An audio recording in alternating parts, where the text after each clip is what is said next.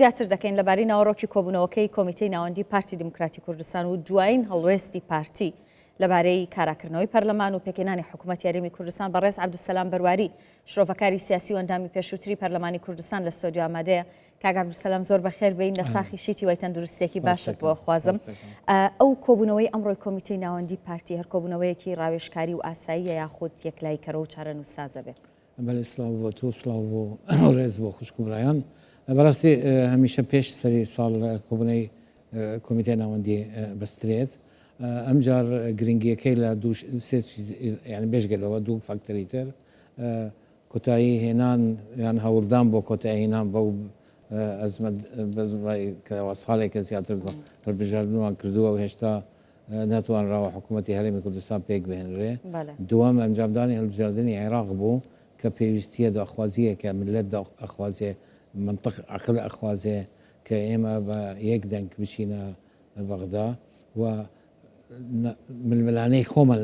لەناو کوردستان کە ڕەوایە چکو ململانێکە لەسەر دەسەڵات لە کۆمەلگایەکی فرە حزبی ئەم ململانەیە نەبەستینەوە بە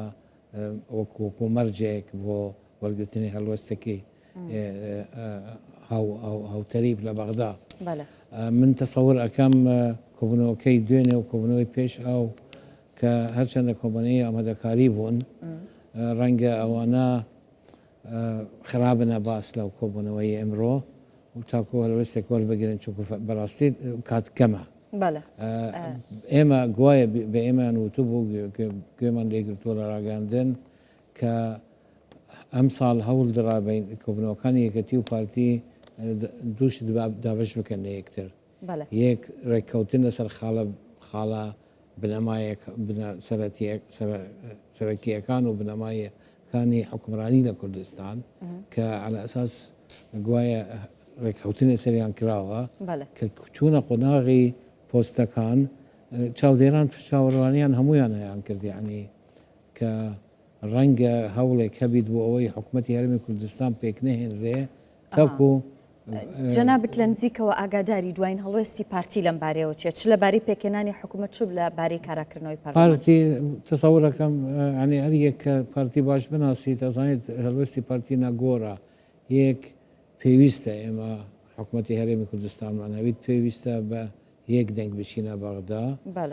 ئێمە ئەگەر پەرت و بەڵات چوین لەگەر بەغدا باسمان کرد 27 کورسی لێرە و 18 لێرە جیاوازە لەوەی وەکو سنەکان چۆن ئەوەن بە 7 کورسی دێن ئێمەش بە 63 کورسی لەگەر ئەوەکان بچین. یەک دوو پارتی سەلماندی ینی پێویستیە من بیلێم سەلماندی لە هۆتی حکومڕانی کوردستانی دروست بووە لە 1992 تا ئێستا هەمیشە خۆش بووە لە بشکی خۆی و بەشی خۆی بۆ بەرژەوەندی گشتی بۆ بەڕێوەبردننی پرۆستەکە. من تەسەوورەکەم ئەگەر گیرۆبوون هەبیت سوچەکە پارتی نییە. هەندە جار باس ئەکرێ لێرە و لەوێ من نەمبیستووە لە بەرپرسەکانی ناوکاری یەکەتی کە ناڕازیین لەسەر هەڵوێستی سەرۆک وەزیران ئەم نێچۆنیەتی مامەلەکردنی پارتی لەگەریان یان نەدەسڵات بەڵام لە دەرەوە بیچینەوەی کە عێلاقەتیان پێ نییە. سۆربوون لەسەر وەزارەتێکن وەزارەتێکی تر تەنها مافی براوەی یەکەمی هەڵبژاردنە ئەوەی کە کاندید دەکرێت بۆ هەڵبژاردن ینی پارتی بە مافی خۆی زانێت دیاری بکات چ وەزارەتێک وەردەگرێت دابوونەری خوشکم کە لە هەڵبژاردن یەکێک لایەنێک نەیتوانی 50% بەدەست بێنی لایەنی گەورەتر ئەو ئەچیت هەوی پەیمانی ئەکرد لەگەر لایەنەکانی تر ڕاستە ئەو پرینسیپانە ئێمە لە بەغدا داوا بکەین دەوی لێرەش بکەین هاو بەشیە و پشکێ و سازانە بەڵام ئەوەی کە ینی تەکلیف ئەکرێ بە پێکێنانی حکوومەت مافی خۆی دی بلێت من ئەو دوسێ وەزارەم پێویستە ئەوە بەڵام لەگەر ئەوە ئەکرێ ڕێک بکەون لەسەر ئەوەی دابشکردنی وەزارەتەکان مەسەن بۆ سیادی خەدەمی گشتی شریکەکانی تر داوا بکەن بلێت لە ناو سیادی من نیوەمە دوی خەدەمی یان فلانی خەدەمی ئەوێ بەڵام سۆربوون لەسەر ئەوەی کە یان کە وەکو لە ڕاگەاندن باسەکرێ یەکێک لە هۆگەڕەکانی سۆربوونی پارتیە یان ئەکەتی سەفرانە وەزارەت تەسەوورەکەم حەلەکەی دیارە ئەگەر حەلەکەی چییە؟ حەلەکەی ئەمەیە ونوتم منطق وا ئەلێت ئەوەی کوتلەی گەورەتر لە ناو هاوپەیمانی ئەو مافی خۆی هەیە یەک دوو وەزارەت بخۆی هەڵبژێریت بمرجك او قوتم او بشكي لاينا كان لوزارتي خدمي وزارتي سيادي بيشين نكري او اما تصور كم من وين بموايا هم يشوتوا ما حكومتي هرمي كردستان بداخوا يعني بداخوا من مروا مفاوضات من هي لقيتي من او كسان النيمه وإلى لكاتي دام الصندن قصي توزير راقبك قصي خيرك او من حزق ما قال بما نكر قصي خير بكين على الاقل قصي خرابنا كين بلا خلق يعني الين على اساس تا ضمانات لكتي ورنا كتير ضمانات ورنجري كبوستي سر كومار بو او رنگا هول بدن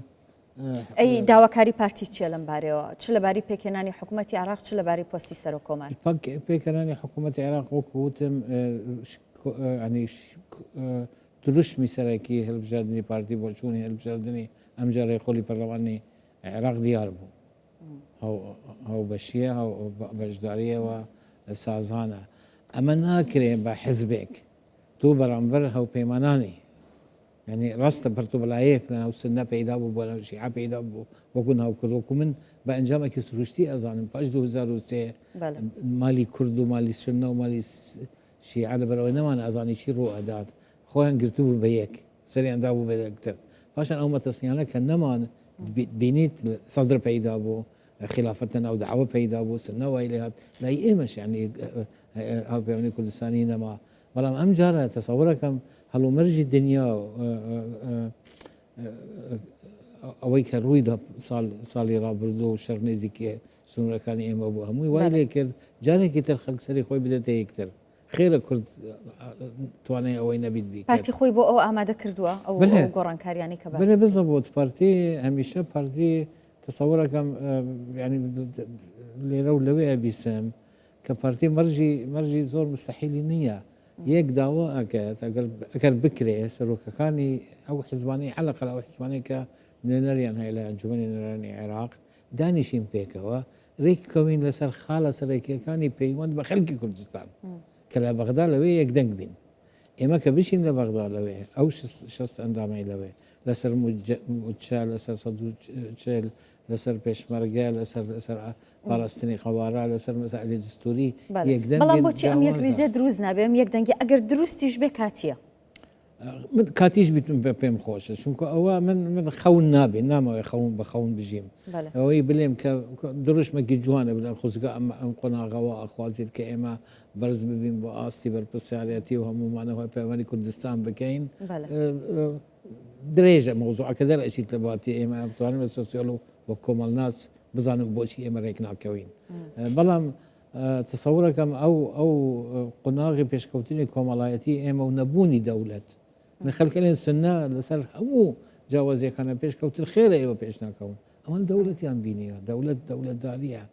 كرد كتائس دولتي نبيني وهميشه دبي شاوروام كي ام ناوچه قريه وام دمار جيريه وام خوم بالزلزانينا هبيت بداخل بلام يعني توبكو كبلين استالا يا ريغاي سركرده جمهوريه كان حزب كان كردستان خلقي كردستان كدنجي ام في ادات بالرواب كبتيبتي ام جارك هالبجار غير بجار زوربو هربو او بو شنك خلق هستي كد مطرسي هي لزرعي من كردستان بله اولا درون نيرنا ولا لا دماري وزي ما ادن او مجتمع نادن او بەڵام گرنگەیدی کە لایەنە سیاسیەکانیش هەست بۆ مەترسیە بکەن کە هەوڵاتیان یاسایی من هیوادارم ئەگەر جەنابی سەرۆک سەرۆکی هەرێم هەوڵێک بدات ئەم جارە بە هانای داواکاریەکەی بهێن نەوەکو جاران هەندە حزب کە زانیان نیازی هەیە ئەیان گوت ئێمە ئامادەنین داخلی ئەو کۆبوونەبین وەگلەیان نەکرد ڕێیمان وەرناگیرێ دەستخۆش بەڕێز عەبدولسەلام بەرواری شرۆڤەکاری سیاسی و ئەندامی پێشووتری پەرلەمانی کوردستان سپاس بۆ